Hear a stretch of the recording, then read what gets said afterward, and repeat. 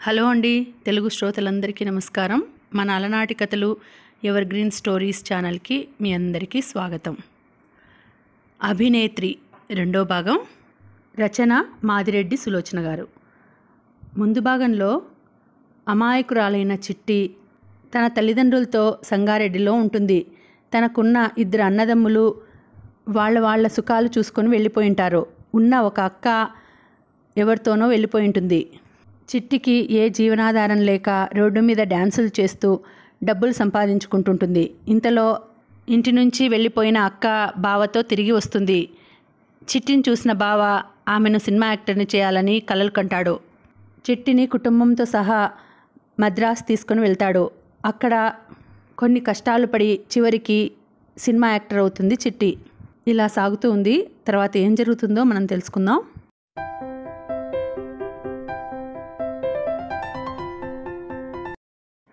ఆ రోజు రాణికి ఎంతో ఉత్సాహంగా ఉంది. ముత్యాలరావు అయితేనే మురాగా పేరు మార్చుకుంటేనేం రాణికి కథానాయికగా ఛాన్స్ ఇచ్చి ఆమెను వెలుగులోకి లాగాడు. ఆ రోజు పత్రికా విలేకరులకు విందు. సినిమా కంటే ఒక్క రాణి నటనే బాగుందని అంతా ప్రశంసించారు. అప్పుడే మరో నలుగురు నిర్మాతలు ఆమెను తమ సినిమాలలో బుక్ చేసుకున్నారు. నిర్మాణంలో ఉన్నవి మరో 2 ఉండనే ఉన్నాయి. ఆ సాయంత్రమే ప్రముఖ వ్యాపారవేత్త శ్రీ సురకంటి ఆధ్వర్యంలో ఆంధ్ర సినీ అసోసియేషన్ వారు ఘనంగా సన్మానించారు రాణిని. ఆ సభకు అధ్యక్షత వహించిన శ్రీమతి సురకంటి చాలా ఉత్తేజపరుస్తూ మాట్లాడింది. సురకంటి ఏమిటండి అన్నది రాయిని గిల్లుతూ. సురకంటి గోపాలరావు, ఇంటి పేరుతో పిలిపించుకోవడం ఫ్యాషన్, సన్నటి గొంతుతో చెప్పాడు. సభ ముగిసింది.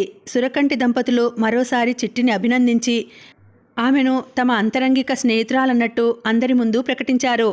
ఇంకో రోజు మిస్ రాణికి విందు ఇచ్చి మిగిలిపోయిన కబుర్లు చెబుదువుగాని పద డార్లింగ్, నా కోసం క్లబ్బులో కాచుకుని ఉంటారు. సురకంటి తొందర చేశాడు భార్యని. ఉండండి మీరు మరీను, ఆవిడ విసుక్కుంది. వారిని చూస్తే రాణి వికసిస్తున్న మనసు, దాంపత్య జీవితం గూర్చి తీయని ఊహలు అల్లుకుంది. వారంతా వెళ్ళిపోయారు. రాయ్ ఎవరితోనో మాట్లాడుతున్నాడు. ఏమండి? వెను తిరిగింది చిట్టి. నూనూగు మీసాలతో 20 ఏళ్ల యువకుడు నిల్చున్నాడు. నన్నేనా?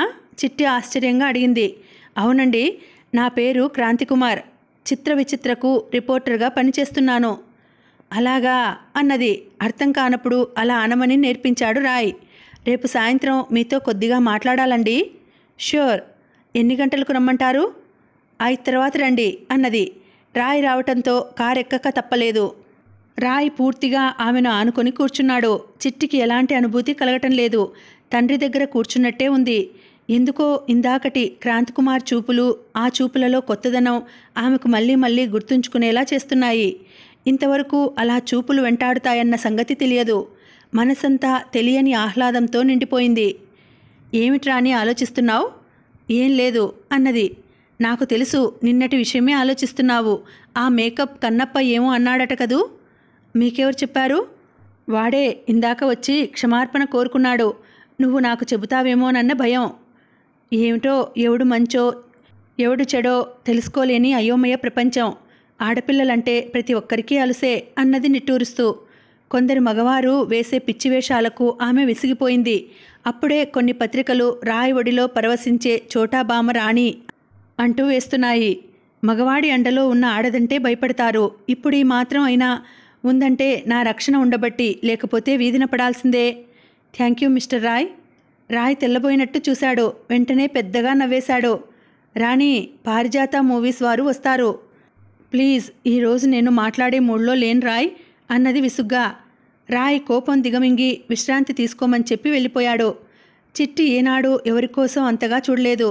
మర్నాటి సాయంత్రం కోసం కన్నులు కాయలు కాచేలా చూసింది. క్షణమొక యుగంలా తోచింది. అమ్మా, ఏమిటే అన్నది రామకోటి రాసుకుంటున్న సుబ్బాయమ్మ.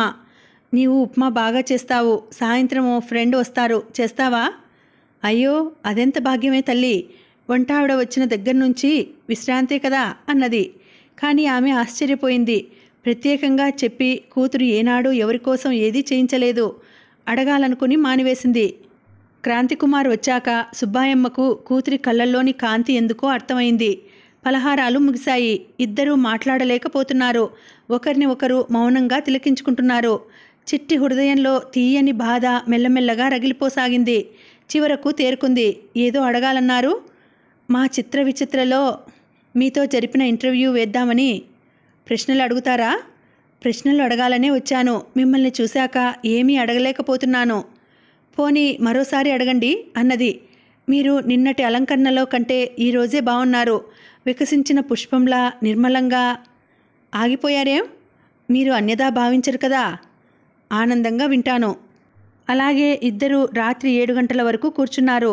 టెలిఫోన్ మ్రోగడంతో లేచి వెళ్ళింది చిట్టి. మాట్లాడి వచ్చింది. మీ సమయం చాలా తీసుకున్నాను. క్రాంతికుమార్ లేచాడు. పర్వాలేదు, నాకు తెలిసినప్పటి నుండి ఆనందంగా గడిపిన క్షణాలివే. ఎవరో నిర్మాత వస్తాడట అన్నది. ఓకే, మళ్ళీ కలుస్తాను. అతను వెడుతుంటే గేటు వరకు సాగనంపింది. మర్చిపోయాను, మీరు ఒక్కరే ఉంటున్నారా మద్రాసులో? ప్రస్తుతం ఒక్కడనే. ఈసారి వెళ్ళినప్పుడు అక్కయ్యని తీసుకొస్తాను. అమ్మా నాన్న ఆ అదృష్టం నాకు లేదు. చిన్నప్పుడే పోయారు. భర్తను కోల్పోయిన అక్కయ్య మాత్రం ఉంది. సారీ. మరేం పర్వాలేదు. ఈ మాత్రం నా గురించి అడిగిన వారింతవరకు లేరు అన్నాడు నవ్వుతూ. అతను నవ్వినప్పుడు మూసుకుపోయే కళ్ళు మళ్ళీ చూడాలనిపించింది చిట్టికి. గుడ్ నైట్ అతన్ని సాగనంపి గదిలోకి వచ్చింది. సభాపతి నిల్చున్నాడు. అతని కళ్ళు దేన్నో వెతకాలనే చురుకుగా చూస్తున్నాయి. వాడెవడు చిట్టి? కాస్త మర్యాదగా మాట్లాడు. మర్యాదగా మాట్లాడటం ఎవరికి ఎవరు నేర్పారో గుర్తు చేయమంటావా? నీకేం కావాలో చెప్పరాదు? నా విషయాలు అనవసరం అంటున్నాను అన్నది కోపంగా. ఓ 100 రూపాయలు ఇవ్వు. 100 రూపాయలిచ్చి 10 రోజులు కాలేదు.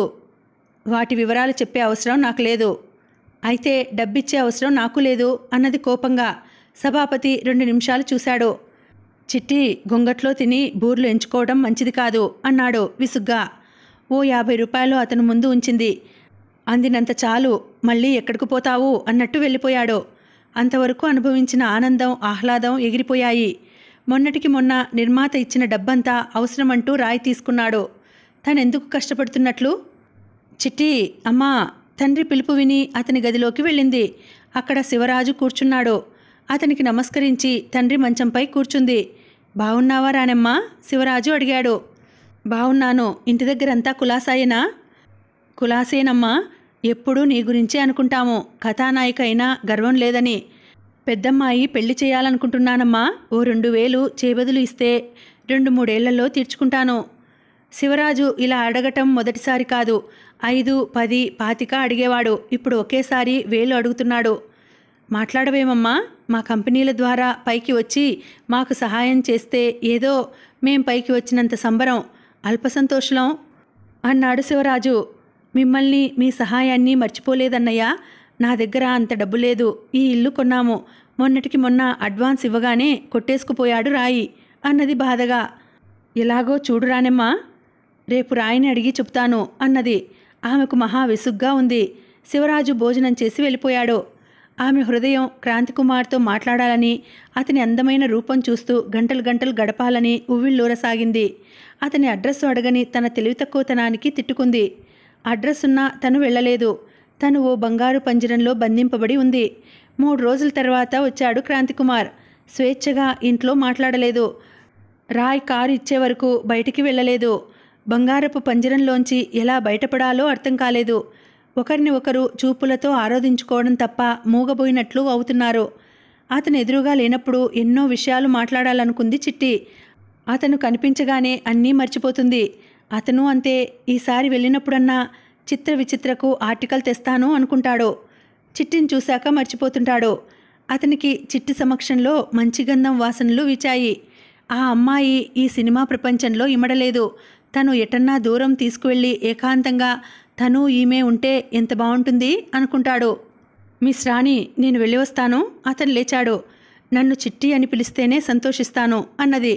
మరి నన్ను అతను చెప్పలేకపోయాడు. ఏమిటి చెప్పండి. మిమ్మల్ని ఏమని పిలవాలి? క్రాంతి అనండి చాలు అన్నాడు. థ్యాంక్స్ అన్నది నవ్వుతూ. ఆ నవ్వులోని స్వచ్ఛతకు ముగ్ధుడై చూశాడు కుమార్.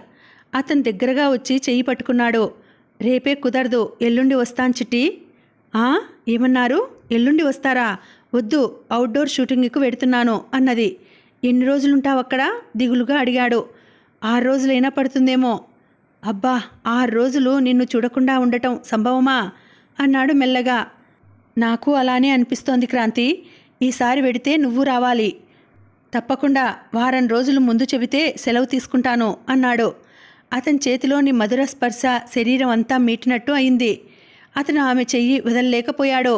దూరంగా సభాపతి తూలుతూ పాట పాడుతూ రావడం కనిపించి క్రాంతికుమార్ ఆమెను వదిలి వెళ్ళిపోయాడు. ఏయ్ చిటి, ఎవడేవాడు? నీలాంటి వాడు మాత్రం కాదు అన్నది విసుగ్గా. వ్యవహారం చాలా ముదిరిందే. ఓసై డబ్బా దమి అరిచాడు. లేదు, సినిమాకు వెళ్ళారు. ఓ, అతను కోపంగా చూడబోయి కళ్ళు మూసుకొని సోఫాలో పడి నిద్రపోయాడు. రాయ్ స్వంతంగా సినిమా తీస్తున్నాడు. తనే దర్శకత్వం వహిస్తున్నాడు. రాణి హీరోయిన్. ఈ నిర్ణయం రాణికి ఎందుకో చాలా ఆనందంగా ఉంది. 2-3 బెంగాలీ పుస్తకాలు చదివి రాయ్ స్వంతంగా కథ తయారు చేసుకున్నాడు. రాణి, నిజంగా ప్రొడ్యూసర్ నీవు. అదేం? డబ్బంతా నీదే కదా. మంచి సంగతి జ్ఞాపకం చేశావు రాయ్. కొంత డబ్బు నా దగ్గర ఉంచు అన్నది. ఈ డబ్బంతా నీది కాదా? నాదే, కానీ నా అవసరానికి ఒక్క పైసా ఉండదు. ఏం అవసరం? ఏదైనా కొనాలా? పద, ఇప్పుడే వెడదాం. చీరలు కావాలా, కాస్మెటిక్సా అన్నాడు ఆమె దగ్గరగా వస్తూ. ఉన్న చీరలు కట్టుకోవడానికే సమయం లేదు అంది విసుగ్గా. తన డబ్బుకు ఈయన పెత్తనం ఏమిటి అనుకుంది. ఎవరన్నా బంధువులు శ్రేయోభిలాషులు అడుగుతారు అందుకు. నాకు తెలియని బంధువులు ఎవరబ్బా? ఏదో నాకు సహాయం చేసిన వారు. శివరాజు కూతురి పెళ్ళట, రోజూ తిరిగిపోతున్నాడు అన్నది జాలిగా. ఏడ్చాడు. అలాంటి వారందరికీ సహాయాలు చేస్తూ కూర్చుంటే ఇల్లు గుల్లవుతుంది. నీ మేలు కోరి చెబుతున్నాను అన్నాడు అధికారికంగా. ఆ అధికారం ఒకనాడు తానిచ్చిందే. ఈనాడు బాధపడితే ఏం లాభం? ముస్తాబై అతని వెనుక స్టూడియోకు వెళ్ళింది. రాయ్ ఆర్భాటం బాగానే చేశాడు. చాలామంది వచ్చారు ముహూర్తానికి. శ్రీమతి సురకంటితో ప్రారంభోత్సవం చేయించాడు. మొదటి షాట్లో రాణి నటించింది. తులసి చుట్టూ ముగ్గులు పెడుతూ తలెత్తుతుంది. వీధిలో గుర్రపు బండి వెడుతుంది. ముఖమంతా సంతోషం నింపుకొని పరిగెడుతుంది. ఓకే అన్నాడు రాయ్. ఒక్కసారి స్తబ్దమైన వాతావరణం తిరిగి ప్రాణం పోసుకున్నట్టు కలకలాలు బయలుదేరాయి. అబ్బా, రీటేక్ లేకుండానే చేశారే? మరి అదే కదయ్యా ఆవిడలోని ప్రత్యేకత. మరి అందుకే అంత త్వరగా పైకి వచ్చింది. మీరు పెద్ద కథానాయకులతో అందరితో బుక్ అయ్యారట కదా. ఇలా రకరకాల స్టేట్మెంట్స్ వస్తున్నాయి. ఆ లైట్ల వెలుగులో ఉక్కగా ఉంది. ఫ్యాన్ ఫ్యాన్ అని అరిచాడు రాయ్. ఒక్కసారి పంకాలు తిరిగాయి. రాయ్ గారు, తేనీటి విందుకు అంతా సిద్ధంగా ఉంది, రండి. అతని స్నేహితుడు సహాయకుడు అయిన జాన్ పిలిచాడు. పదండి. అందరూ లేచారు. రాణి వెంట కొందరు అభిమానులు ఆటోగ్రాఫ్ల కోసం ఎగబడ్డారు. వారికి సంతకాలు పెట్టి ఇస్తూ మెల్లగా విందు జరిగే చోటికి వచ్చింది. రాణి, అందరూ నీకోసమే చూస్తున్నారు, రా ఆప్యాయంగా ఆదరంగా పిలిచాడు రాయ్. రాణి కూర్చోగానే విందు ప్రారంభం అయింది. విందు ముగియగానే పత్రికల వారి గొడవ ప్రారంభమైంది. వారడిగిన ప్రశ్నలకు విసుగ్గా జవాబు చెబుతున్న చిట్టి కళ్ళు అందరి వెనుక ఉన్న క్రాంతికుమార్ను చూడగానే ప్రకాశవంతమయ్యాయి. ఉత్సాహంగా జవాబులు ఇచ్చింది. రాయ్ సెట్లోకి వెళ్ళగానే బయట చెట్టు క్రిందకి వచ్చింది. ఆమె మనసు గ్రహించినట్లే క్రాంతికుమార్ ఆమె వెనకాలే వెళ్ళాడు. క్రాంతి, 16 నుండి నెలాఖరు వరకు బృందావన్ గార్డెన్స్లో శ్రీమధుతో అవుట్డోర్ షూటింగ్ ఉన్నది. నువ్వు తప్పక రావాలి అన్నది. అన్ని రోజుల సెలవు దొరకదు. 20 నుండి 5 వరకు ఉంటాను, సరా? థ్యాంక్ యూ అన్నది ఆరాధనపూర్వకంగా చూస్తూ. అక్కడ అభిమానులు చుట్టుముట్టడంతో క్రాంతికుమార్ చూపులతోనే వీడ్కోలు తీసుకున్నాడు. మనసులో విసుక్కుంటున్న చిరునవ్వుతో అందర్నీ పలకరించి ఆటోగ్రాఫ్లు ఇచ్చి పంపేసింది. రాయ్ దగ్గరకొచ్చింది. నేను ఇంటికి వెళ్ళిపోనా? వెళ్ళి ఫస్ట్ షో ఇంగ్లీష్ సినిమా చూడు రాణి డియర్. అందులో సోఫియా లారెన్స్లా యాక్ట్ చేయాలి నువ్వు అన్నాడు మృదువుగా. ఆమె భుజాలు తడుతూ తల ఆడించి కారు దగ్గరకు వచ్చింది. కారు కాస్త నెమ్మదిగా పోనివ్వమంది. రోడ్డుపై ఎక్కడైనా క్రాంతికుమార్ కనిపిస్తాడేమోనని ఆశ. కారు ఇల్లు చేరేసరికి ఆమెకు మెడనొప్పి వచ్చింది. కానీ ఎక్కడా క్రాంతికుమార్ కనిపించలేదు. ఇంట్లో అడుగుపెట్టి ఆశ్చర్యపోయింది చిట్టి. 2 అన్నలు భార్యలతో విచ్చేసి ఉన్నారు. ఎవలు? మన చిట్టే. గుండెల మీద చేతులు వేసుకున్నాడు శేషు. ఎంత ఎదిగావే చెల్లాయి. నన్ను వేధించి 1 రూపాయి తీసుకునే చెల్లివేనా అనిపిస్తుందే. ప్రభాకర్ చనువుగా చెల్లి భుజం తట్టాడు. ఎన్నాళ్ళైందిరా అన్నయ్య మిమ్మల్ని చూసి అన్నది సంబరంగా. ఎంత మారిపోయావే. మనిషి మారినా మనసు మారదు అంటారు. కానీ నీ మనసు మారిందే. ఒక్కసారైనా మేము గుర్తుకు రాలేదా? శేషు అడిగాడు. అనుకోని నిష్ఠూరానికి క్షణం బిత్రపోయింది. దాన్ని మంచినీళ్ళైనా త్రాగనివ్వరా ఏం? మిమ్మల్ని అడగవలసినవి చాలా ఉన్నాయి. అచ్చయ్య విసుక్కున్నాడు. సరదాకు అంటే ఏంది నాన్న? ప్రభాకర్ సర్దేశాడు. చిట్టికి మహా బిడియంగా ఉంది. ముక్కు మొహం తెలియని వదినలను పలకరించాలా, ఏమని పలకరించాలో కూడా అర్థం కాలేదు. రామ్మ పలహారం చెయ్యి, తల్లి పిలిస్తే వెళ్ళింది. వచ్చేటప్పుడు ఏదో సాకు పెట్టి ఇంగ్లీష్ సినిమా మానేయాలని చూసింది. అందులో డైలాగ్స్ అర్థం కావు, సాఫీగా కథ సాగదు. అకస్మాత్తుగా మధ్యలో ఆపేస్తారు. అందరినీ చూశాక ఇంట్లో ఏదో కృత్రిమ వాతావరణం కనిపించింది. అక్క, సినిమాకు వెళ్దామే, దమయంతిని పిలిచింది. వసంత మాళిగై బావుంటుందటే అన్నది. మద్రాసు వచ్చాక అరవ సినిమా చూడాలనే తపన బాగా ఎక్కువైంది దమయంతికి. అక్క, అవి చాలా గొడవగా ఉంటాయే, దయచేసి నా వెంటరా, దాంట్లో ఆవిడెవరో సోఫియా లారెన్స్ యాక్టింగ్ చూడాలట. వెళ్ళు పెద్దమ్మాయి, కావాలంటే రేపు వెళ్దువు అరవ సినిమాకి, తండ్రి చెప్పటంతో దమయంతి తయారైంది. కారుకు ఫోన్ చేశారు. చిట్టి కారు హార్న్ విని బయటకు రాగానే బిలబిలమంటూ అన్నలు వదినలు వచ్చారు. వీరెక్కడికన్నట్టు చూసింది. ఇంగ్లీష్ సినిమా ఎట్లా ఉంటుందో మేము చూస్తామే అన్నాడు శేషు. నీ పిల్లలు కొత్త కదరా, నా దగ్గర ఉంటారా, సుబ్బాయమ్మ అడిగింది. మేము తీసుకుపోతాంలే అన్నది శేషు భార్య. పిల్లలకు ఏమర్థమవుతుంది, చికాకుగా చూసింది చిట్టి. మరి ఎలా, వాళ్లకు అమ్మ కొత్త కదా. శేషు కొడుకుని ఎత్తుకున్నాడు. తప్పదని సినిమా హాల్కు దారితీశారు. పిల్లలు కనిపించిందల్లా కొనమని ఒకటే గోల పెట్టారు. శేషు అతనడగండి అంటూ ఏదో అర్థమైన వాడిలా సినిమా చూడటం మొదలుపెట్టాడు. 100 రూపాయలు 3 గంటల్లో మాయమైపోయాయి. మద్రాసులో టిఫిన్లు రుచిగా చేస్తారని హోటల్కు కూడా వెళ్లారు. హోటల్ నుంచి బయటికి వస్తుంటే ఓ పాత పరిచయస్తుడు కనిపించాడు. హలో మిస్ రాణి, వీళ్ళంతా మీ ఎస్టేట్లోని పరివారమా? నవ్వుతూ అడిగాడు. అవును అన్నది కొరకరా చూస్తూ ముందుకు వెళ్ళింది. 4 డబ్బులు రాగానే నీల్గాడు ఏమేమో అంటున్నాడతను. ఇంటికి రాగానే ఊపిరి ఆడినట్టు అనిపించింది. అమ్మా, మన చిట్టి ఎంతటిదో చూడవే, దమయంతి తల్లితో అన్నది. ఎందుకే, ఏమన్నది? ఇన్నాళ్ళయింది తన వెంట కుక్కలా తిరుగుతాను కదా, ఒక్కనాడైనా అక్క హోటల్కు వెళదాం రావే అన్నదా. ఈరోజు అన్నలను వదినలను తీసుకువెళ్ళింది. సుబ్బాయమ్మ పెద్ద కూతుర్ని చిన్న కూతుర్ని మార్చి మార్చి చూసింది. అమ్మా, నాకు నిద్ర వస్తోందే. చిట్టి తలుపు వేసుకుంది. స్త్రీలకు గదిలోనూ మగవారికంతా హాల్లో పక్కలు పరిచింది సుబ్బాయమ్మ. కొడుకులు కోడళ్ళు ముఖాలు మార్చుకోవడం గమనిస్తూనే ఉంది. ఆమె ఏం మాట్లాడలేదు. భోజనాల గదిలో సభాపతి మంచం ఉంది. 11 గంటలకు అతను వచ్చాడు. ఓ దమి, ఎక్కడే? సభాపతి బాగా నిషాలో ఉన్నాడు. ఏమిటి? విసుక్కుంటూ ఆయాసపడుతూ వచ్చింది. వీళ్ళంతా ఎవరే డబ్బా? మా తమ్ముళ్ళు మరదళ్ళు. పకపకా నవ్వాడు సభాపతి. మిగిలినవారు కంపరంగా చూశారు. ఎవరూ చెప్పకుండానే దమయంతి భర్త అని గ్రహించారు. డబ్బుండగానే బంధువులకు కనిపిస్తారు. చిట్టి వచ్చిందా? పడుకుంది. రేపు అవుట్డోర్ షూటింగ్కు వెళ్ళాలి. ఉదయమే లేచి చిట్టి బట్టలు నావి సర్దుకోవాలి అన్నది అతన్ని మంచం వైపు నెడుతూ. మంచినీళ్ళివ్వు. ఈ మూకనంతా ఎందుకు రానిచ్చారే? తీవ్రంగా ఉంది ప్రశ్న. ప్రభాకర్ కోపంగా జవాబు చెప్పబోయాడు. తల్లి ఆపింది అతన్ని. మంచో చెడో ఈనాడు అతని మూలంగా 2 పూటలా తిండి తింటున్నాము. మీరు అతన్ని ఏమనద్దు. తాగినప్పుడు ఏదో వాగుతాడు. మెల్లగా నచ్చచెప్పింది. తలుపు వేసుకున్నా అన్నీ వినిపిస్తున్నాయి చిట్టికి. బలవంతంగా నిద్రపోవాలని ప్రయత్నిస్తోంది. ఆమె కళ్ళ ముందు క్రాంతికుమార్ ఆకారం కనిపించింది. నవ్వుకుంది. లేచి తన పర్సులో ఉన్న చిన్న పుస్తకం తీసుకొని 20వ తారీఖు నోట్ చేసుకున్నది. ఆ తర్వాత తృప్తిగా కళ్ళు మూసుకుంది. బృందావన్ గార్డెన్లో ఒక యుగళ గీతం చిత్రీకరణ ముగిసింది. మధు అని పరిశ్రమలో పేరు మోసిన కథానాయకుడు. మధుతో పాల్గొన్న ప్రతి సన్నివేశంలో క్రాంతికుమార్ను ఊహించుకున్నది. మిస్ రాణి, మీరు ఎన్నడూ లేనంత రసావేశం చూపారు. చాలా బాగా వస్తుంది చిత్రీకరణ అన్నాడు మధు. నిజమా? థ్యాంక్స్ అన్నది. అతను సాధారణంగా ఎవరిని పొగడడు. అతన్ని చూస్తే తోటి ఆర్టిస్టుల నుంచి సాంకేతిక నిపుణుల వరకు భయభక్తులతో ఉంటారు.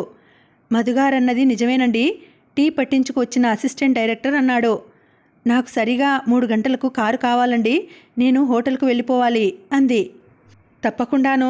భోజనానికి ఏం తెప్పించమంటారు? 2 పుల్కాలు చాలు అన్నది. రోజు అందరికీ అన్నీ అమర్చే శాస్త్రిగారికి జ్వరం వచ్చింది. ఎంతో ఉత్సాహంగా గదికి వచ్చింది. 5 దాటినా క్రాంతికుమార్ జాడ కనిపించలేదు. అతని కోసం ఎదురుచూస్తూ 3 సార్లు టీ త్రాగింది. ఇక ఉండబట్టలేక స్టేషన్కు ఫోన్ చేసింది. రావాల్సిన రైలు బండి టైంకే వచ్చిందన్నాడు. బస్సులో వస్తాడేమో. నిరీక్షణలో రాత్రంతా గడిచిపోయింది. క్రాంతికుమార్ వస్తాడని దమయంతిని దగ్గరలో ఉన్న పుణ్యక్షేత్రాలు చూడటానికి పంపింది. మర్నాడు హోటల్ బాయ్కి లొకేషన్ గురించి వివరాలు 1-2 సార్లు చెప్పింది.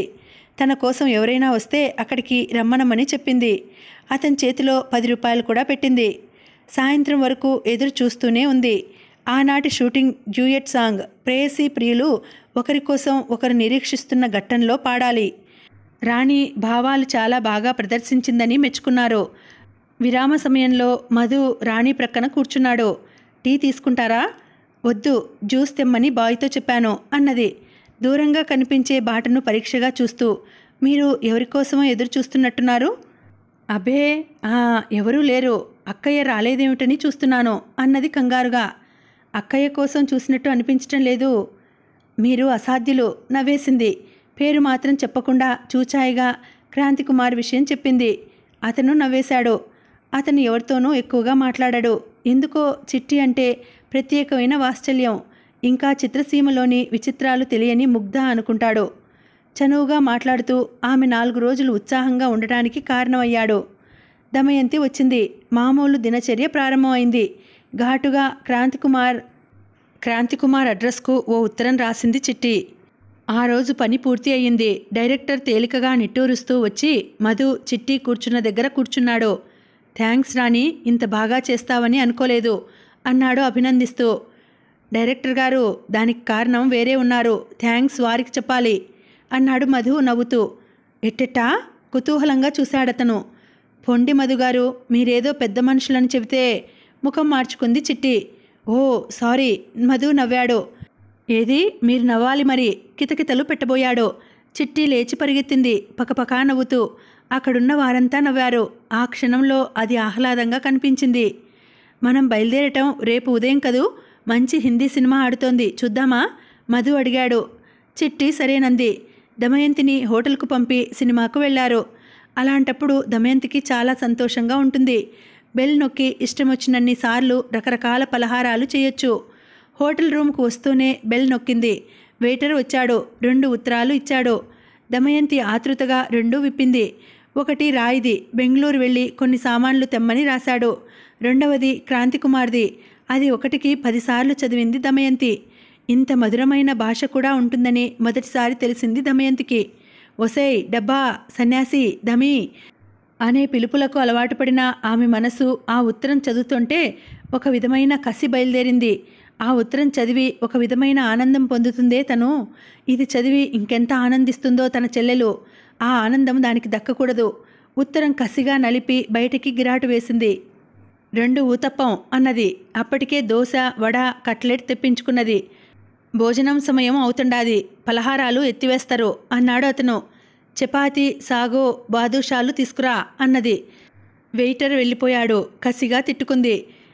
నేను ఎంత తింటే వీడికేం అనుకుంది. అతను నవ్వుకున్నాడని ఆమె అనుమానం. మరోసారి ఉత్తరంలోని ఆఖరి పేర గుర్తుకు తెచ్చుకుంది. అడ్రస్సు మారిందన్నాడు అనుకుంది. పారేసిన ఉత్తరం కోసం చూసింది. అది ఎక్కడికి ఎగిరిపోయిందో కవర్ చింపి చెత్తబుట్టలో పడవేసింది.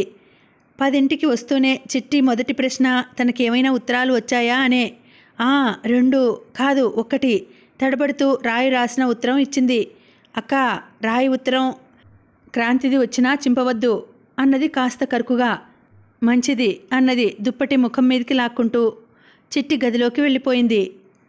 రాణి, ఎందుకో నువ్వు చాలా ఆందోళన పడుతున్నావు, నాతో చెప్పకూడదా? మృదువుగా అడిగాడు రాయ్.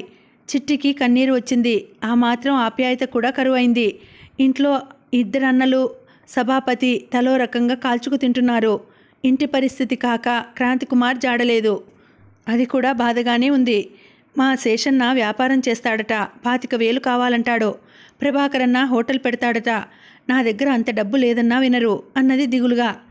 డబ్బు కనిపిస్తే చాలు, బంధువులు రాబందుల్లా వస్తారు రాని. నువ్వు నీదంటూ సంసారం ఏర్పరచుకుంటే ఈ బాధలుండవు. తేలికగా మీ ఆయనపై త్రోసివేయవచ్చు. అతని మాటలు వింటూ క్రాంతికుమార్ను ఊహించుకోసాగింది. అతను ఎంత మృదువుగా మాట్లాడతాడు, ఎంత అందంగా నవ్వుతాడు అనుకుంది. ఎక్కడున్నాడో, ఏం చేస్తున్నాడో, తనను మర్చిపోయాడేమో. ఏం మాట్లాడవు రాని, మనం పార్టీకి వెళ్ళాలి కదూ. చప్పున లేచి ఇంట్లోకి వెళ్ళింది. త్వరగా రా అన్నాడు సిగరెట్ వెలిగించుకొని. ఆమె లోపలికి వెళ్ళగానే పోస్ట్ మ్యాన్ వచ్చాడు. మిస్ చిట్టికి రిజిస్టర్ ఉత్తరం సార్ అన్నాడు. సంతకం పెట్టి తీసుకున్నాడు. పోస్ట్ మ్యాన్కే కాదు, పనివారికి, కొట్లవారికి, బయటవారికంతా తెలుసు రాయ్ రాణి ఉరఫ్ చిట్టి గార్డియన్ అని. అందుకే నిస్సంకోచంగా ఉత్తరం ఇచ్చాడు. అది చదువుకొని రాయ్ మండిపడ్డాడు తనలో తాను. రెడీ, చిట్టి వచ్చింది. రాయ్ ముఖం కోపంగా ఉంది ఎందుకో. ఏమిటలా ఉన్నారు? ఏం లేదు, నీ చుట్టూ అల్లుకుపోయిన ముళ్ళకంపను ఎలా తొలగించాలి అని ఆలోచిస్తున్నాను అన్నాడు సిగరెట్ పారవేస్తూ. ఉత్తరం జాగ్రత్తగా పట్టుకున్నాడు. ఇద్దరూ పార్టీకి వెళ్ళారు. విదేశాలు తిరిగి వచ్చిన నటుడికి ఇచ్చిన పార్టీ. రాయ్ అందరితో తను డైరెక్ట్ చేస్తున్న సినిమాను గూర్చి ముచ్చటిస్తున్నాడు. చిట్టి కళ్ళు మాత్రం పత్రికా విలేకరుల వైపే చూస్తున్నాయి. తనకు కావలసిన వారు మాత్రం కనిపించలేదు. కంగ్రాచ్యులేషన్స్ మిస్ రాణి. చిట్టి తల తిప్పి చూసింది. హాస్యపాత్రలు ధరించే కుందన నవ్వుతోంది. ఎందుకు అన్నది అర్థం కానట్టు. నాకు తెలుసులే, బృందావన్ గార్డెన్స్లో నువ్వు మధుగారు గోపికాకృష్ణులయ్యి విహరించారట. అర్థం కానట్టు చూసింది. అమాయకత నటించడం బాగా చేతవు నవ్వుకుంటూ వెళ్ళిపోయిందామె. నేనేం నటించాను? ఆశ్చర్యపోయింది. తిరిగి వస్తుండగా ఆ మాటే రాయ్తో అన్నది. పరిశ్రమలో అంతా పుకారుగా ఉంది రాణి, నువ్వు మధుగారు ప్రేమించుకున్నారని, త్వరలో పెళ్లి చేసుకోబోతున్నారని. అబద్ధం అని నాకు తెలుసు. ఈరోజు వీళ్ళు అనుకుంటున్నారు, రేపు పేపర్లో పడినా ఆశ్చర్యపోనక్కర్లేదు అన్నాడు సిగరెట్ ముట్టించుకుంటూ. ఓ పాపం, అతని భార్య ఏమనుకుంటుంది? ఆవిడ అంటే నాకు చాలా గౌరవం అన్నది ఏడుపు గొంతుకతో. ఇద్దరూ పోట్లాడుకుంటారు. వద్దు రాయ్, ఆ అనర్థం తప్పించే మార్గమే లేదా? ఎందుకు లేదు? ఇన్ని సినిమాలలో నటిస్తావే, జీవితంలో కాసేపు నటించు. ఓ వ్యక్తిని చూసుకొని భర్తలా ప్రకటించు. నామకార్థమే సుమా, నీకు ఇప్పుడే పెళ్ళేమిటి? నువ్వు నిత్య నూతనంగా ఉండాలంటే పెళ్ళి, పిల్లలు మరో 10 ఏళ్ళు దూరంగా ఉండాలి రాని అన్నాడు. నామకార్థం భర్తగా ఉండడానికి ఎవరు అంగీకరిస్తారు? కష్టమేననుకో. నిన్ను చూస్తే నాకు అభిమానం. మొదటి నుంచి నీకు ఉజ్వలమైన భవిష్యత్తు ఉండాలని కోరుకునేవారిలో నేను మొదటివాడిని. నేనే ఆ పని చేస్తాను. ఇందులో నా స్వార్థం లేదని నువ్వు గ్రహించాలి అన్నాడు. రాయ్ రాణి, నీకెప్పుడు కావాలన్నా విడాకులు దొరుకుతాయి. నీకు పూర్తిగా స్వేచ్ఛ ఉంటుంది. నాకు మాత్రం మనసు లేదా? మనిషిని కానా? నీ ఎంత అమ్మాయిలున్నారు. ఏమిటి? ఎగిరి గంతేసినంత పని చేసింది రాణి. మీకు పెళ్ళయిందా? ఎంత పిచ్చిదానివి రాణి, ఇంత వయసు వచ్చింది, పెళ్లి కాకుండా ఎలా ఉంటాను? పిల్లలు, భార్య ఊళ్ళో ఉంటారు. ఆలోచనలో పడింది రాణి. నేనిలా ఎందరినో రక్షించాను రాణి. ఇన్నాళ్ళయింది నీ వెంట తిరుగుతూ ఒక్కనాడైనా అసభ్యంగా ప్రవర్తించానా అన్నాడు. నన్ను ఆలోచించుకొనియండి రాయ్ అన్నది. ఆమెను ఇంటి దగ్గర దింపి అతను వెళ్ళిపోయాడు. రాణి ఇంట్లో అడుగు పెడుతుండగానే శేషు వచ్చాడు. అతను దిగులుగా ఉన్నాడు. చూడు చిట్టి, నీపై ఆశలు పెట్టుకోవడం నాదే బుద్ధి తక్కువ. ఉన్న ఉద్యోగం పోయి ఉంటుంది పాటికి. ఆ కులం వారు చూడు, ఒక్కడు పైకి వస్తే తన వారిని అందరినీ పైకి లాగుతాడు. ఇప్పుడు నేనేం చేయనన్నయ్యా? విసుగ్గా గదిలోకి వెళ్ళి అక్కడ దృశ్యం చూసి అవాక్కైపోయింది. చిట్టి పడుకునే మంచంపై దర్జాగా పడుకుంది శేషు పెళ్ళాం. పిల్లలిద్దరూ కార్పెట్ మీద మూత్రం చేసి చేతులతో అలుకుతున్నారు. చిచి అమ్మా, ఇదేమిటి? నేనేం చేయనే తల్లి, ఎవరికి చెబితే ఎవరు నా మాట వింటారు? గల్లంతుకు ఆవిడ మేల్కొంది. ఆవిడ భయపడలేదు, పిల్లలను కోపగించనూ లేదు. సంబరంగా వారిని దగ్గరకు తీసుకుంది. ఒసే బేవకూఫ్, మీ అత్త వస్తువులు ఖరాబు చేస్తారా అంది చిదంబరంగా నవ్వుతూ. చిట్టికి విసుగ్గా ఉంది. వాళ్ళంతా ఆత్మీయులే, కానీ ఆ ఆత్మీయత ఇప్పుడే కానీ ఇంతకుముందు వారెప్పుడూ చూపలేదు. చాలండి, మొదట ఆ మంచం దిగండి అర్చింది. ఏందమ్మో ఈ నడమంత్రపు సిరి, గోనె సంచుల మీద నువ్వు పొర్లటం మేం చూసినాం. చటుక్కున మంచం దిగిందావిడ. గోనె సంచుల మీద పడుకున్నా మీ పరుపు పాడు చేయలేదు. మళ్ళీ నా గదిలోకి ఎవరూ పోవద్దు శాసించినట్టే అర్చింది.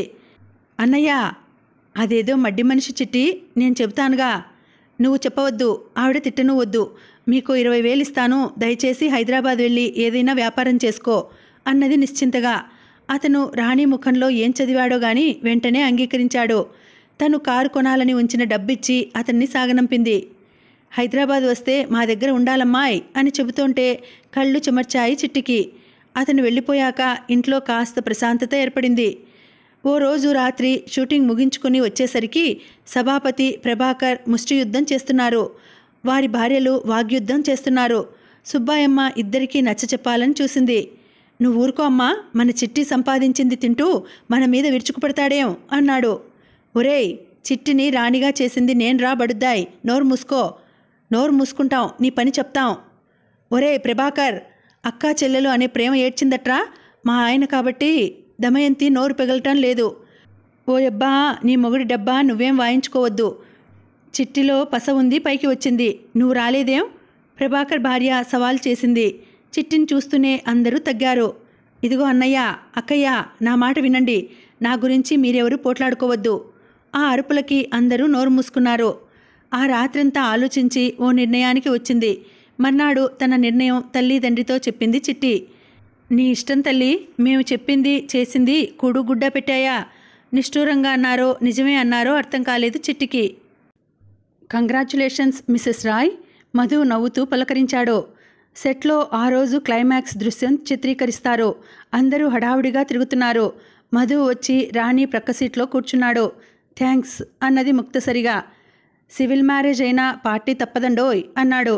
సంతోషంగా రెండు హృదయాలు ఏకమై చేసుకునే పెళ్లికి పార్టీలు, ప్రజెంటేషన్లు.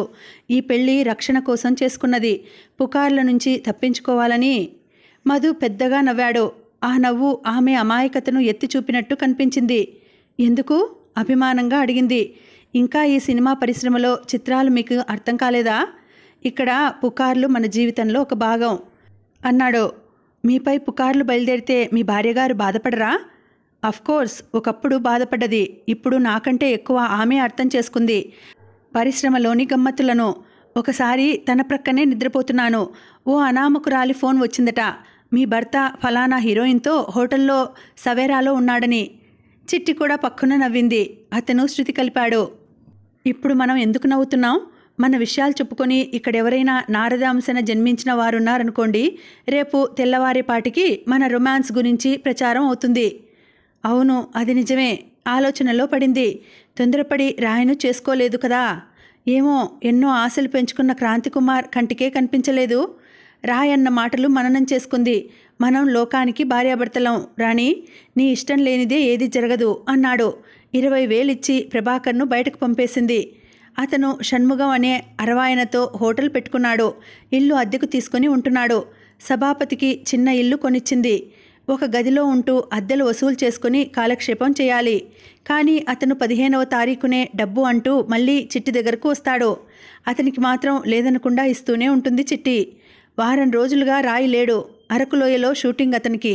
అక్కడే ఉన్నాడు. ఆ సాయంత్రమే వచ్చాడు. హలో రాణి, చెయ్యి నొక్కి వదిలాడు. హలో అనుకున్న సమయానికి ముగిసిపోయినట్టేనా? అదృష్టం, వాతావరణం సహకరించింది. అతను తన గదిలోకి వెళ్ళిపోయాడు. బాగా అలసి వచ్చినప్పుడు గదిలోకి వెళ్ళి స్నానం చేసి త్రాగుతూ కూర్చుంటాడు. అలాంటప్పుడు పాపం అనుకునేది చిట్టి. అలసట స్నానం వల్ల పోతుందని అతని ద్వారానే తెలుసుకుంది చిట్టి. రాయ్ అతని గది ముందు నిల్చుని పిలిచింది. ఎస్ రాణి, సిగరెట్ తీసి చేతిలో పట్టుకొని అడిగాడు. మీరు ఒంటరిగా ఉండడం బాగాలేదు. నువ్వు తోడున్నావుగా అన్నాడు నవ్వుతూ. నాలాంటి తోడు కాదులే, నాన్నకు అమ్మ ఉండేలాంటి తోడు అన్నది. ఇంకా వివరించి చెప్పడానికి సిగ్గుపడింది. నాకా అదృష్టం లేదు రాణి. ఈ సినిమా ప్రపంచంలో ఎంతోమందికి సన్నిహితంగా మెలగాలి. దాన్ని అర్థం చేసుకునే శక్తి, యుక్తి నా భార్యకు లేవు. ఏమైనా సరే ఈసారి సమయం దొరకగానే మనం వెళ్ళి ఆవిడను పిల్లలను తీసుకురావాలి అన్నది. అలా అనటంలో రాణి స్వార్థం లేకపోలేదు. తనకు రాయి నుండి రక్షణ లభిస్తుందని ఆశించింది. ఆ విషయాలు మర్చిపోరాని చటుక్కున బాత్రూంలోకి దూరాడు రాయ్. రాణి స్నానాధికాలు ముగించి ఓ గంటసేపు చదువుకుంది. అచ్చయ్య ఉంటే షూటింగ్ విశేషాలు చెప్పేది. అతన్ని తెలిసిన వారితో యాత్రలకు పంపింది. ఆఖరి క్షణాలలో తను వెడతానని వెళ్ళింది సుబ్బాయమ్మ. పళ్లరసం త్రాగి పడుకుంది. విధి చేసే విచిత్రాల పట్ల ఆమెకు నవ్వు వస్తోంది. ఒకనాడు కడుపు నిండా తినాలనుకుంటే అన్నం దొరకలేదు. మిఠాయి కొట్ల ముందు నిలబడి ఆశగా చూసేది. నా దగ్గర ఓ 100 రూపాయలుంటే ఎంత హాయిగా ఉండేది, చక్కగా మనసారా ఈ మిఠాయిలు కొనుక్కునేదాన్ని అనుకునేది. డబ్బు చేతి నిండా పుష్కలంగా ఉన్నప్పుడు డైటింగ్ చేయాలి. తను లావు కావడం తన భవిష్యత్తుకే తగదు. మంచి నిద్రలో ఉండగా తలుపు తట్టిన శబ్దం అయింది. ఎవరై ఉంటారా అని ఆలోచించసాగింది. మళ్ళీ అదే శబ్దం వచ్చింది.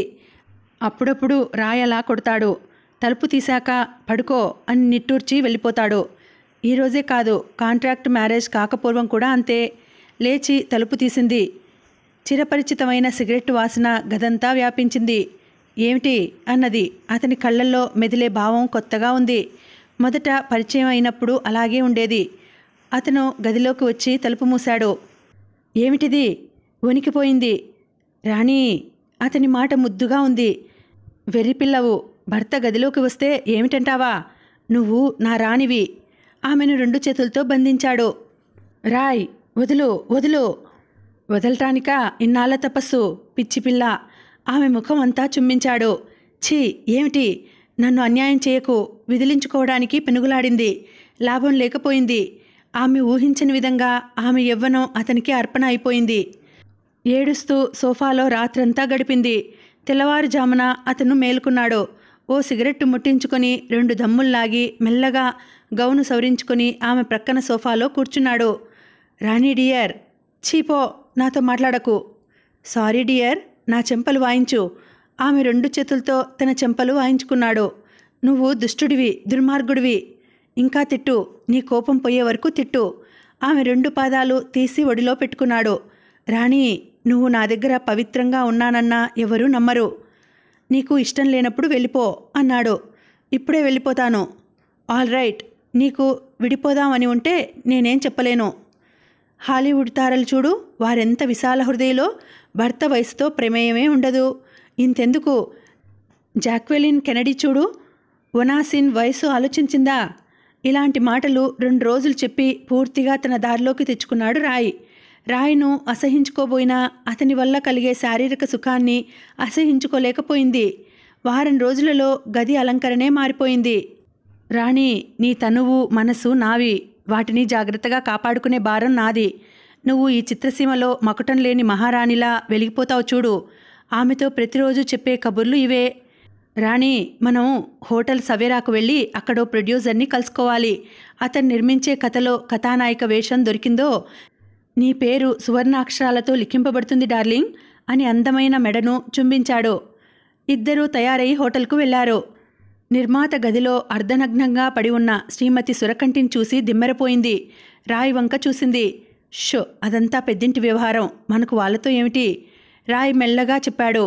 నిర్మాత టూకీగా కథ చెప్పాడు. కథ విన్నాక చిట్టికి కూడా అందులోని కథానాయిక పాత్ర చేయాలనిపించింది.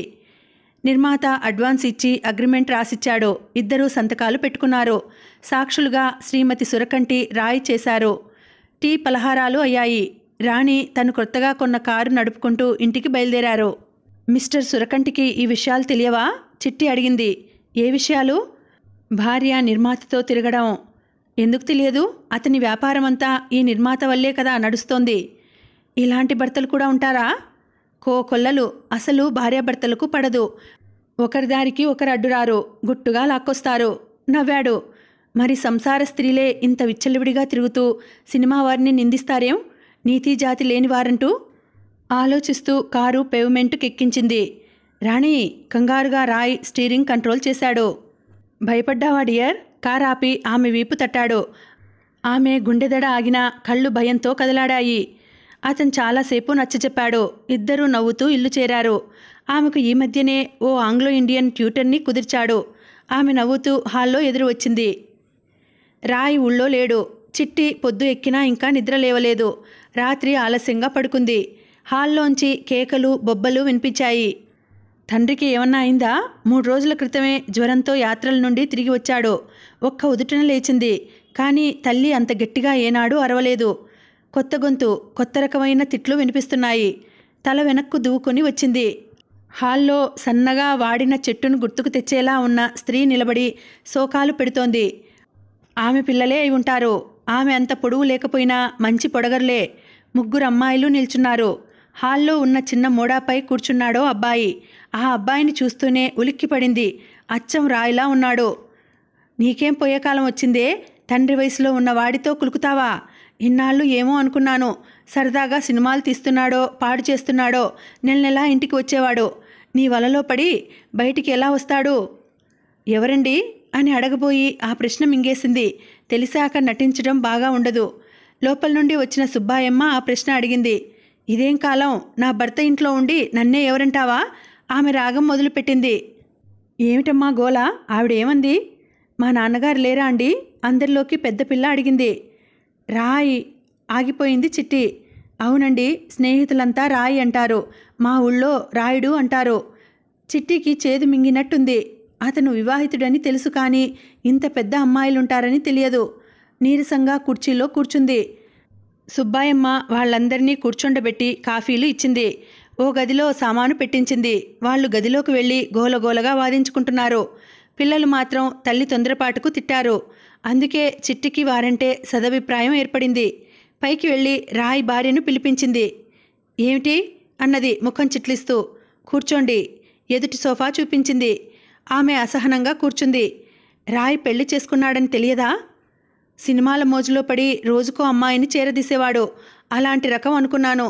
కాపురం పెట్టారని మొన్ననే తెలిసింది అన్నది. చిట్టీకి స్త్రీజాతిపైన, కొన్ని నియమాలకు బానిసగా పుట్టించిన ప్రకృతిపైన విపరీతమైన కోపం వచ్చింది. ఎంత నిర్వికారంగా చెబుతోంది. నన్ను నా పిల్లలను పూర్తిగా మర్చిపోయాడు. నలుగురు మగపిల్లలే అయితే అభిమానంగా నా బ్రతికేదో బ్రతికేదాన్ని.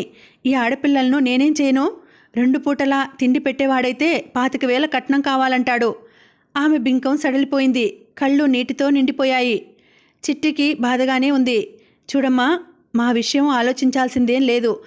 నేను కడుపు నొప్పి రోగిష్టిదాన్ని. ఏనాడు ఆయన సరదాలకు అడ్డు రాలేదు. నా పిల్లలకు ఇన్ని అక్షింతలు పడేస్తే చాలు అన్నది దీనంగా. ఊరుకోండి, మీ పిల్లలకు ఈ ఇంటిలో అన్ని హక్కులు ఉన్నాయి. రాయిని రానివ్వండి అన్నది. సరేనమ్మా, కాస్త దయచూడు. అంత మాట వద్దు. మీ పేరు? నా పేరు అన్నమ్మ. పెద్దది రాధ, రెండవది దుర్గా, ఆఖరిది సునీత. అబ్బాయి పేరు మామగారి పేరే, వీర రాఘవేంద్ర రాయప్రసాద్. రాఘవ అంటాము అంటూ అన్ని వివరాలు చెప్పింది. పసుపు కుంకుమ కింద మా వాళ్ళిచ్చిన పొలం తప్ప అంతా పాడు చేశారు. దాని మీదొచ్చే ఆదాయంతో ఏం చేయని చెప్పు? అరగంటలో ఎంతో ఆత్మీయంగా మాట్లాడింది. చిట్టి తేలికగా నిట్టూర్చింది. 2 రోజులలో పిల్లలంతా ఆంటీ ఆంటీ అంటూ ఎంతో ఆప్యాయంగా వెంట తిరగసాగారు. ఇదో క్రొత్త బంధం అనుకుంది. తన సినిమా 100 రోజులు ఆడిందట. విజయవాడలో శతదినోత్సవం జరుపుతున్నారు. క్రొత్తగా కుదిరిన సెక్రటరీని పిలిచింది.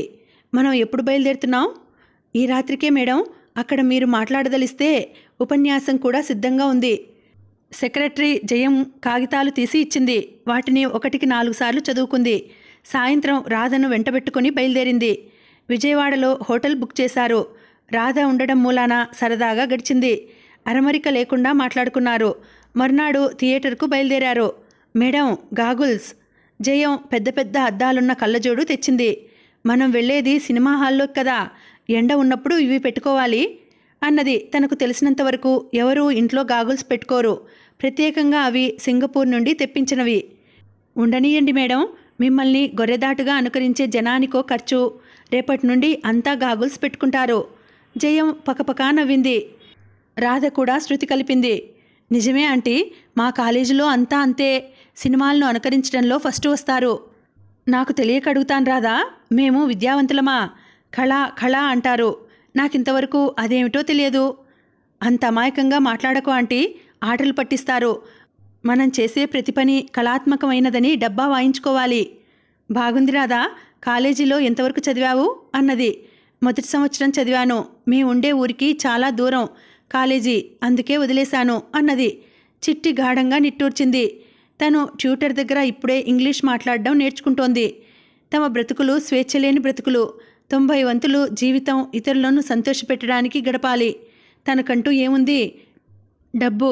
ఇది కూడా ఇన్కమ్ ట్యాక్స్ వారికి భయపడి ఇంత అని చెప్పుకోలేని డబ్బు ఉంది. కావలసినవి తినటానికి లేదు. లావెక్కిపోతామన్న భయం ఉంది. నలుగురు చేరినప్పుడు కులాసాగా మాట్లాడుకోవడానికి వీల్లేనంత గొప్ప ఉంది. ఎలా మాట్లాడినా పత్రికల వాళ్ళు వాళ్ళ పత్రికల సేల్స్ పెంచుకోవడానికి ఏవో తమాషా అయిన రూమర్స్ లేవదీస్తారు. స్వేచ్ఛగా వీధుల వెంట తిరగడానికి వీల్లేదు. జనం రాళ్ళు రువ్వుతారు. ఇదేనా తార జీవితం అంటే? అయోమయంగా ఉంది చిట్టికి. కారు వచ్చింది మేడం. జయం బ్యాగు సర్దుకుంది. అందరూ ఎక్కగానే కారు స్టార్ట్ అయింది. హోటల్ బయట జనాన్ని చూసి ఆశ్చర్యపోయింది. ఓ మిస్ రాణి, హాయ్ స్వీట్. ఇది మేకప్ లేకున్నా బాగానే ఉంది రోయ్. ఇంకా అభిమానంగానూ అసభ్యంగానూ జనం తమ అభిమాన తారకు స్వాగతం పలికారు. చిట్టికి ఇలాంటి అనుభవం ఇదే మొదటిసారి. ఒళ్లంతా చెమటలు పట్టాయి. మద్రాసులో అసలు వీళ్ళనెవరూ పట్టించుకోరు. హోటల్కు దూరం అయ్యాక హమ్మయ్యా అని గాలి పీల్చుకుంది. ఆమె నిశ్చింతగా ఉండలేకపోయింది. సినిమా హాల్ చుట్టూ జనం కిటకిటలాడుతున్నారు. పోలీసులకు విసుగు వస్తోంది కాబోలు. కర్రలతో అదిలిస్తున్నారు. జనం మేడలపై నిలబడి చేతులూపుతున్నారు. ఓ రాణి, కళావాణి కేకలు మొదలుపెట్టారు. కారు హాలు ముందు ఆగగానే భయంతో ఒక్క అంగలో దిగి హాల్లోకి వెళ్ళింది. వెనుక ఈలలు కేకలు గోలగా వినిపిస్తున్నాయి. ఆంటీ భయపడ్డారా? రాధ అన్నది. అమ్మో ఊపిరి పీల్చుకుంది. నిజం ఆంటీ, వాళ్ల వైపు తిరిగి చిరునవ్వుతో నమస్కారం పెడితే సంతోషిస్తారు అన్నది రాధ. ఇటు రండి మేడం. జయం బాత్రూం వైపు తీసుకుపోయి చెదిరిన అలంకరణ సరిచేసింది. హాలు దగ్గర ఉన్న ఆహ్వాన సభ్యులు చిరునవ్వుతో ఎదురు వచ్చారు. ధైర్యం పుంజుకుని అందరికీ నమస్కరించి హాల్లో అడుగుపెట్టింది. రాణి రాణి ఆడ మొగ గొంతులు గీపెట్టాయి. ధైర్యం చేసి అందరికీ ఓ నమస్కారం పెట్టింది. తర్వాత అందరూ వెళ్ళి ముందు వరుసలో కుర్చీలలో కూర్చున్నారు. బయట గల్లంతు ఇంకా అవుతూనే ఉంది. అందరూ వస్తే బాప్రే అనుకుంది. ఆ తరువాత అందరినీ వేదికపైకి పిలిచి పూలమాలలు వేశారు. ఒక్కొక్కరి పేరును పిలుస్తుంటే హర్షధ్వానాలు వినిపించాయి. అందరూ మాట్లాడారు. చిట్టి వంతు వచ్చేసరికి వణికిపోయింది. ఇంత జనం ముందు ఎలా ఏం మాట్లాడటం? డైలాగ్స్ చెప్పి చెప్పి అలవాటు పడి ఉన్న ధోరణిలో జయం రాసిన 4 ముక్కలు గుర్తుకు తెచ్చుకుంది. మహాజనులారా, పెద్దలారా, మీరంతా ఇలా సమావేశమయ్యి మమ్మల్ని ప్రోత్సహిస్తున్నారంటే అదంతా మీకు మాపైనున్న అభిమానం. ఆ అభిమానం నిలుపుకోవడానికి ప్రయత్నిస్తాను. ఇక ఏం మాట్లాడాలన్నా మాకంటే ముందు మాట్లాడిన వారు అంతా చెప్పేశారు. తిరిగి దాన్నే చెప్పడం బాగుండదు. ఈ విధంగా నేను నటించిన సినిమా శతదినోత్సవం జరుపుకుంటోందంటే అది ఏ ఒక్కరి చాతుర్యం కాదు, సమిష్టిగా చేసిన కృషి ఫలితం. నమస్తే. కూర్చుని తను మాట్లాడిందా అని తనలో తనే ఆశ్చర్యపోయింది చిట్టి. ఆ తరువాత తనతో పాటే మరో చిత్రంలో నటించిన కథానాయకుడు మధు అందరికీ మెమొంటోలు ఇచ్చాడు. నిర్మాతలలో ఒకరు ముందే మాట్లాడారు. మరొకరు లేచి వందన సమర్పణ చేశారు.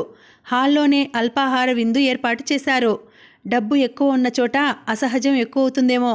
అక్కడ ఒక్క జాంగ్రీ తినలేని నాజూకు మనుషులెవరూ లేరు. అయినా దాన్ని వదిలేశారు.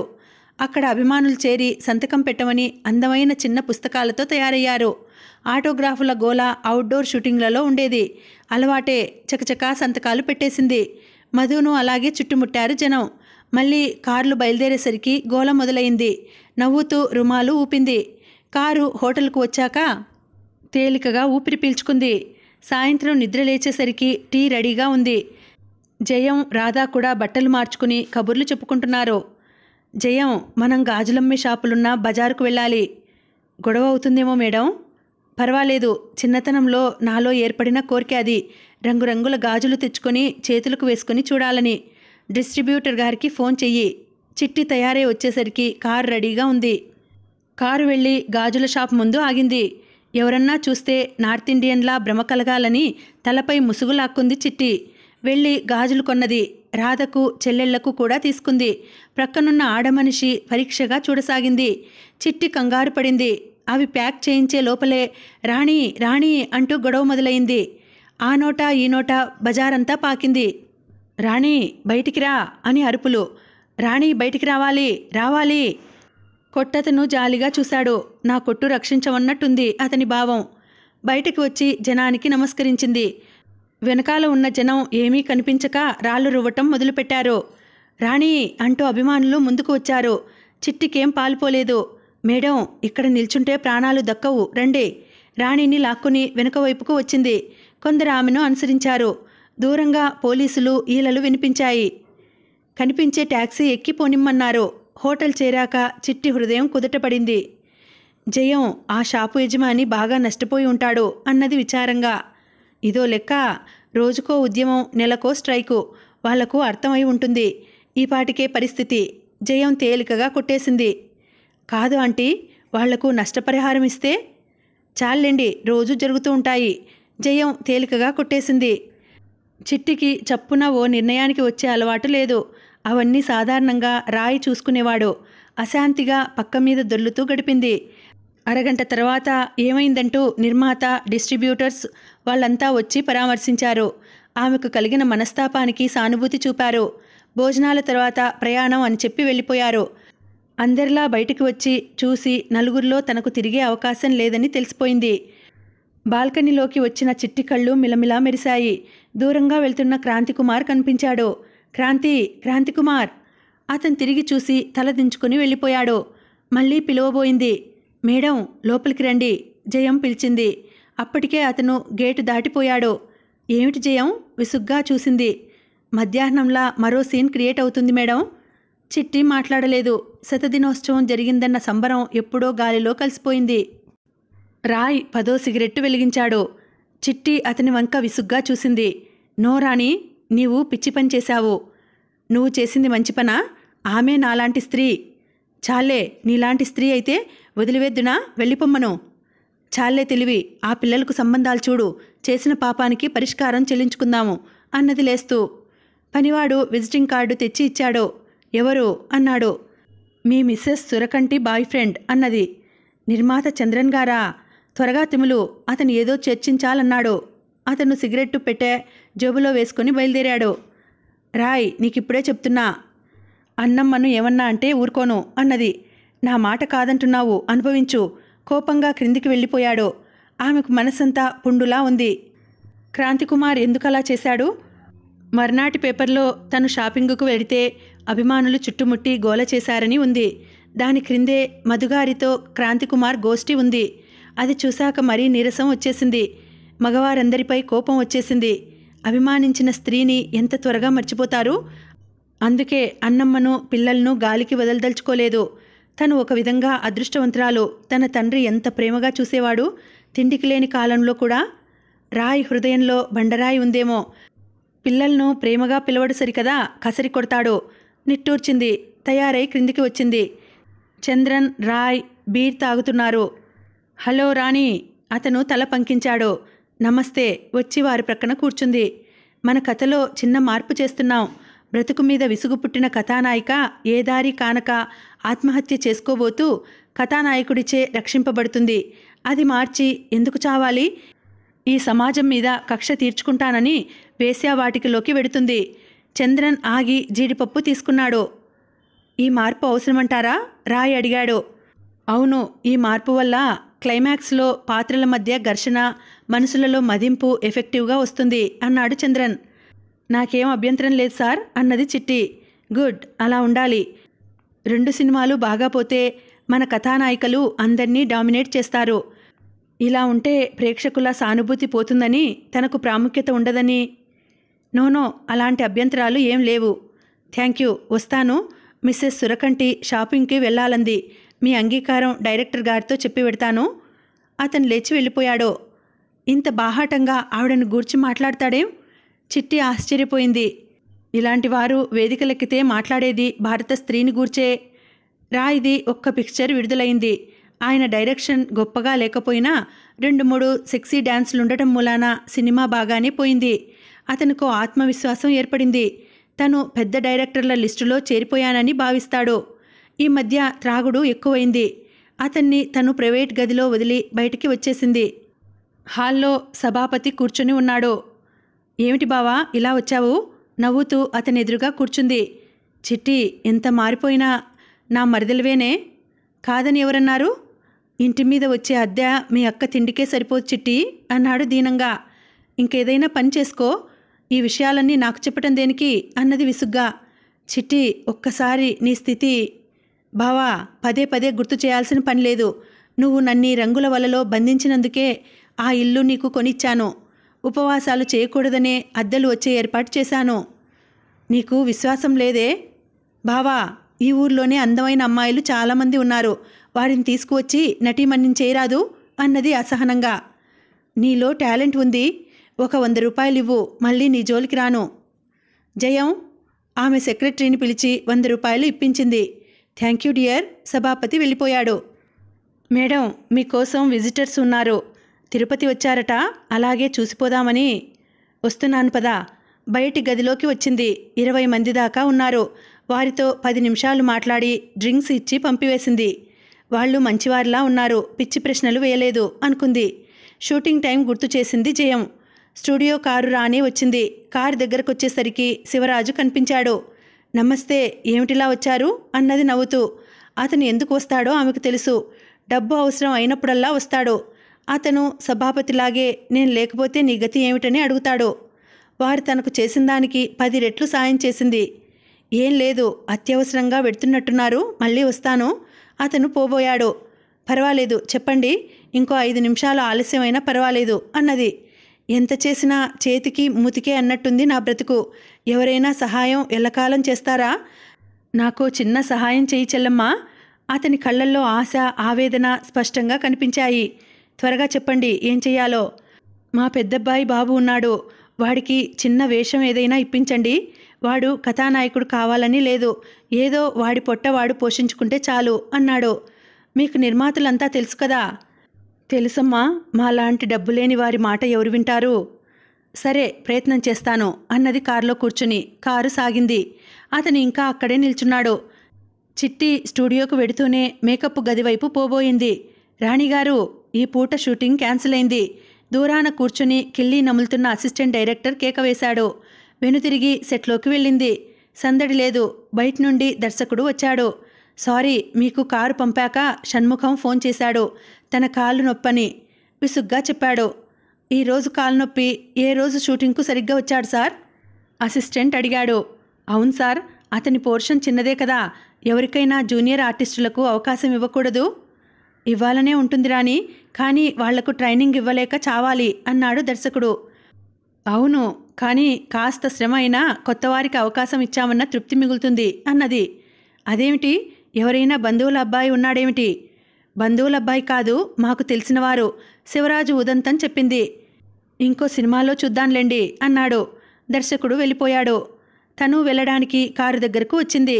నేను వుడ్లాండ్స్లో దిగి వెళ్ళిపోతాను. మీకేమైనా అభ్యంతరమా రాణి? రండి, కారంతా నాకక్కర్లేదు కదా అన్నది. నిజంగా మీకు ఎవరికైనా అవకాశం ఇప్పించాలని ఉంటే పద్ధతి ఇది కాదు రాణి, శాసించాలి. కాంట్రాక్ట్కి ముందే ఎవడి కోసం బుక్ చేస్తారు? మీకు డిమాండ్ ఉంది అని చెప్పాడు. ఇతర కథానాయకులను గూర్చి ఎంత నీచంగా మాట్లాడుకుంటారో తాను ఎరుగనిది కాదు. ఫలానాదా, అది మద్రాసు వచ్చినప్పుడు రెండో చీరకి గతి లేదు. ఇప్పుడు ఏమాత్రం చవక చీరలు కొన్నా పెంట చీరలు అంటుంది అని ఒక నిర్మాత అంటాడు. షో, రాణిగారి ముందు అనకండి. ఇప్పుడు ఆమె సాదాసీదాగా ఉంది.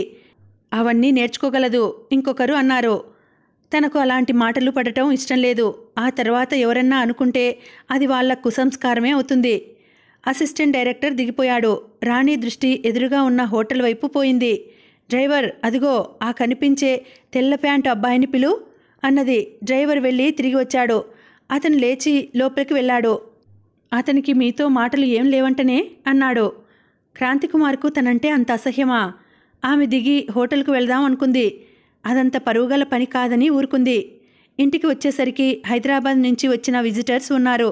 ఆ రోజు చికాకుగా ఉంది. నటించాలి. ఏమాత్రం చికాకు కనబరిచినా అది ప్రమాదం అవుతుంది. ముఖానికి చిరునవ్వు పులుముకొని వెళ్ళి వాళ్లకు నమస్కరించింది. వచ్చిన వారంతా చిన్న వయసు వారే. ఏమండి రాణిగారు, మీరు బీద కుటుంబంలోంచి వచ్చారట కదా, నిజమేనా? నేరమా అని అడగబోయి నాలుక ఖర్చుకుంది. సమాధానంగా చిరునవ్వు నవ్వింది. మీరు ప్రఖ్యాత కథానాయకుడు మధుగారిని ప్రేమించారట కదా, ఇంకొకరు అడిగారు. ఈ ఫీల్డ్లో రూమర్స్ చాలా వస్తుంటాయి, అన్నింటినీ నమ్మకూడదు అన్నది. అది రూమరేనంటారా? ఊరుకో, రూమర్ కాకపోతే వారు మధుగారిని వివాహం చేసుకునేవారు. వారిలోనే ఒక యువతి జవాబు చెప్పింది. రకరకాల ప్రశ్నలు వేశారు. ఆ తర్వాత కూల్ డ్రింక్స్ ఇప్పించి పంపించి వేసింది. ఆమె మనసంతా అల్లకల్లోలంగా ఉంది. ఎందుకీ డబ్బు, పేరు? తన కోరికలు అతి చిన్నవి కూడా తీరవు అని నిరాశగా కూర్చుండిపోయింది రేడియోగ్రామ్ ముందు. ఉదయం లేచి తెలుగు పేపర్ చూస్తుండగా నిమ్మరసం తీసుకుని వచ్చింది అన్నమ్మ. మీరు తెచ్చారేం? తప్పే ఉందమ్మా, నా పిల్లల్లో పిల్లల్లాంటి దానవు. నీ చెవిలో ఓ సంగతి వేద్దామని. చెప్పండి అన్నది నిమ్మరసం త్రాగి గ్లాసు బల్ల మీద పెడుతూ. రాధకు దుర్గకు మంచి సంబంధాలున్నాయట. అన్నయ్య వచ్చాడు అన్నది. మరి రాయ్తో అన్నారా? చూడమ్మా, నాకు చెల్లివైనా నా పిల్లలకు తల్లివైనా నువ్వే. ఆయనతో నాకేం సంబంధం లేదు. కంటనీరు పెట్టుకుందావిడ. చిట్టి కరిగిపోయింది. భర్త నిరాకరించిన స్త్రీలకు ప్రతినిధిగా నిలిచిందేమో అన్నమ్మ అనుకుంది. సరే చూడమనండి అన్నది. కట్నం కాస్త ఎక్కువ ఆగిపోయింది. పర్వాలేదు, ఇద్దాం. ప్రతిసారి మీ నుంచి సాయం ఆశించకుండా ఉంటే చాలు అన్నది. మహా అయితే 10,000 అంతే కదా, తనకో తృప్తి అయినా మిగులుతుంది అనుకుంది. సాయంత్రం రాయ్ వచ్చాడు. అతను రెండో సినిమా డైరెక్ట్ చేస్తున్నాడు. తీరుబడి చాలా తక్కువ. రాణి, మిస్సెస్ సురకంటి పుట్టినరోజు పండుగ, త్వరగా తిములు అన్నాడు. రావాలనే ఆవిడ ఉదయం ఫోన్ చేసింది. పసిపాపల్లా ఇప్పుడేం బర్త్డేలు నవ్వుకుంది. వాళ్ళింట్లో 2 కుటుంబాలు తప్ప ఎవరూ కనిపించలేదు. చంద్రన్ భారీ ఎత్తున బహుమతి తెచ్చాడు. అతిథులు ఇంతేనా? చిట్టి అడిగింది రాయిని. అంతే మరి, చాలామంది వస్తే అసలు సంగతి బయటపడదు. చంద్రన్ పనిలేని వేళంతా ఇక్కడే ఉంటాడు అన్నాడు రహస్యంగా. వాట్ మిస్, ఇంటి దగ్గర గుసగుసలు సరిపోలేదా? కమాన్ స్వీటీ, లెటర్స్ డ్యాన్స్. ఓ ఇంగ్లీష్ రికార్డు వేశాడు. దానికి అనుగుణంగా స్టెప్స్ వేస్తూ చిట్టి దగ్గరకు వచ్చాడు చంద్రన్. నాకీ రోజు చేయాలని లేదండి అన్నది కంగారుగా. వెళ్ళు రాణి, వాడిని ఫూల్ని చేయాలి. నెమ్మదిగా గొనుగుతూ రాణిని లేవదీశాడు రాయ్. రాణి వెళ్ళి అతనితో డ్యాన్స్ మొదలుపెట్టింది. ఆ ముష్టివెదవని వదిలేయి స్వీట్, నేను నీకు తాజ్మహల్ కట్టిస్తాను అన్నాడు ముద్దు ముద్దుగా. మిసెస్ సురకంటి ఎంతో మర్యాదగా మరో కుటుంబంతో తను పడిన సాధక బాధకాలు చెబుతోంది. ఆ రాయిగాడితో జాగ్రత్త, వాడి పెళ్ళాం నిజమైన నటకురాలు, చంద్రన్ హెచ్చరించాడు. అరగంట తరువాత తలనొప్పి సాకుతో బయటపడింది. ఆమె మనసంతా అల్లకల్లోలంగా ఉంది. రోజు మేడ మీదికి వెళ్లే మనిషి ఈరోజు సరాసరి తల్లి గదిలోకి వెళ్ళింది. తండ్రి రామాయణం చదువుకుంటున్నాడు. అతని కంఠం చాలా గంభీరంగా స్పష్టంగా ఉంది. నాన్న, అర్థం తెలుసా అని అడిగితే ఆ శ్లోకానికి అర్థం చెప్పాడు. ఎందుకో చిట్టి మనసు కుదుటపడింది. తను చూసిన గడియ చాలా మంచిది. అన్నమ్మపై జాలే గాని కోపం రావటం లేదు. చిట్టి, చాలా రాత్రైంది కదమ్మా, పడుకో. అచ్చయ్య కూతురి తల నిమిరాడు. నిద్ర రావటం లేదు నాన్న, ఈ పూట అమ్మ దగ్గర పడుకుంటాను. తల్లి మంచంపై చోటు చేసుకుంది. సుబ్బాయమ్మ కూతురి తల నిమురుతూ ఉండిపోయింది. అమ్మా, అన్నమ్మ ఏమైనా అంటుందా? తన దురదృష్టాన్ని నిందించుకోవడం తప్ప మరేమనదమ్మా నా ముందు అన్నది సుబ్బాయమ్మ. చంద్రన్ అన్నమాట చెప్పాలా వద్దా అని చాలాసేపు ఆలోచించి చెప్పలేకపోయింది. అలసి ఉండటం వల్ల నిద్రపోయింది. తాంబూలాలు పుచ్చుకునే రోజు గుడ్లు వెళ్ళబెట్టింది చిట్టి. రాధకు 70,000, దుర్గకు 1,00,000 రూపాయలు కట్నం. రాయ్, ఏమిటిది పక్కకు పిలిచి అడిగింది. బావుంది, నన్ను అడుగుతావేం? నువ్వే కాస్త ఎక్కువైనా పర్వాలేదు, మనకు చేయి చాపని సంబంధం చూడమన్నావట. 10,000 15 అనుకున్నాను. ఆమె మాట పూర్తి కాకముందే అన్న వచ్చాడు అక్కడికి. చెల్లెమ్మ, నీ సంపాదన పెద్దదే గాని ఆలోచన ఎంత చిన్నదమ్మా. ఆఫీసులలో ఫ్యూన్లకు 10,000 కట్నం ఇస్తున్నారు. డబ్బు విలువ పడిపోయింది అన్నాడు. అది కాదండి. నువ్వేం మాట్లాడకమ్మా, నీ హోదాకు తగ్గట్టు నేను మాట్లాడాను. నీకు ఇష్టం లేకపోతే పోనివ్వు అన్నాడు. ఆ హోదా అనే మాటతో కట్టేశాడు. చిట్టి మాట్లాడక తలాడించేసింది.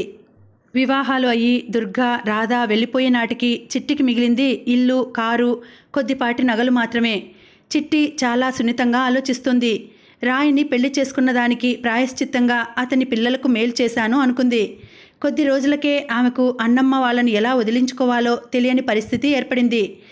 దినానికి 5-6 మంది అతిథులు. ఆమె పుట్టింటివారు, కూతుళ్ళ అత్తగారులు, అల్లుళ్ళు కాదనటానికి వీల్లేని పరిస్థితి. అదే సమయంలో రాయ్ తన కొత్త సినిమా ప్రారంభించాడు. నిర్మాత, దర్శకుడు తనే. కథానాయిక రాణి. కథానాయకుడుగా మధు అంగీకరించాడు. అతను తన సంపాదన 1 పైసా ఖర్చు పెట్టాడు. సామాన్ల లిస్టు తెచ్చింది జయం. ఆమె జీతం కూడా ఇవ్వలేదు. మేడం, కొట్లో 2,000 దాకా బాకీ ఉన్నాము అంటే ఇక ఇవ్వదేమోనన్న భయం ప్రకటించింది. చరచరా రాయ్ గదిలోకి వెళ్ళింది. తను నిశ్చింతగా త్రాగుతున్నాడు. చేతిలోని గ్లాసు లాక్కుంది. రాణి, ఏమిటి కోపంగా ఉన్నావు? ఈ ఇంటి సంగతి నీకేం పట్టదా? పరిస్థితి వివరించింది. పూర్ రాణి, నేనెప్పుడో చెప్పాను, గెటౌట్ అంటే పోయేదానికి లేనిపోని తద్దినం కొని తెచ్చుకున్నావు. వారితో వేరైతే తప్ప ఆ బెడద తప్పదు. వేరైనా వారికేదో ఇవ్వాలి కదా. ఏదో ఇచ్చి శాశ్వతంగా వదిలించుకోవాలి అన్నాడు. అదేలా? నువ్వు నిశ్చింతగా ఉండు డియర్. నీ కష్టం నాది కాదా? ఏదో ఆలోచిస్తాను.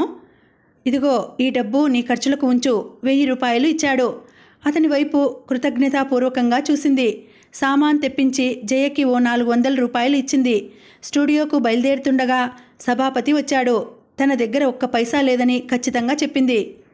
చిట్టి, నీ పరిస్థితి మెరుగు కాగానే మమ్మల్ని హీనంగా చూడటం భావ్యం కాదు. నా పరిస్థితి మెరుగు కావడానికి మీరు చేసిన సాయం 1 వంతైతే నేను 10 చేశాను. ప్రతిసారి బ్లాక్మెయిల్ చేయొద్దని ఆఖరిసారిగా చెప్తున్నాను. కోపంగా చూసింది. చిచి, విశ్వాసం లేని సన్యాసులు. థూ, వీళ్ళది ఒక బ్రతికేనా? 10 వంతులు చేసిందట. ఉంచుకున్న మొగుడి కోసం లక్షలు ఖర్చు పెడుతుందట. Get out! కోపంగా అరిచింది. అప్పటికే పనివారంతా చేరి తమాషా చూడసాగారు. అందరినీ అదిలించింది. ఆమెకు ఎక్కడలేని విసుగు కలిగింది. అసలు ఎవరిని ఇంటి ఛాయలకు రానివ్వకూడదని నిర్ణయం చేసుకుంది. సాయంత్రం దమయంతి వచ్చి పోట్లాడిపోయింది. ఇక్కడికి ఈ భాగాన్ని ఆపుతున్నానండి. మళ్ళీ వచ్చే వీడియోలో మనం కథను కొనసాగించుదాం. అంతవరకు సెలవు. నమస్తే. Thank you for watching. Bye.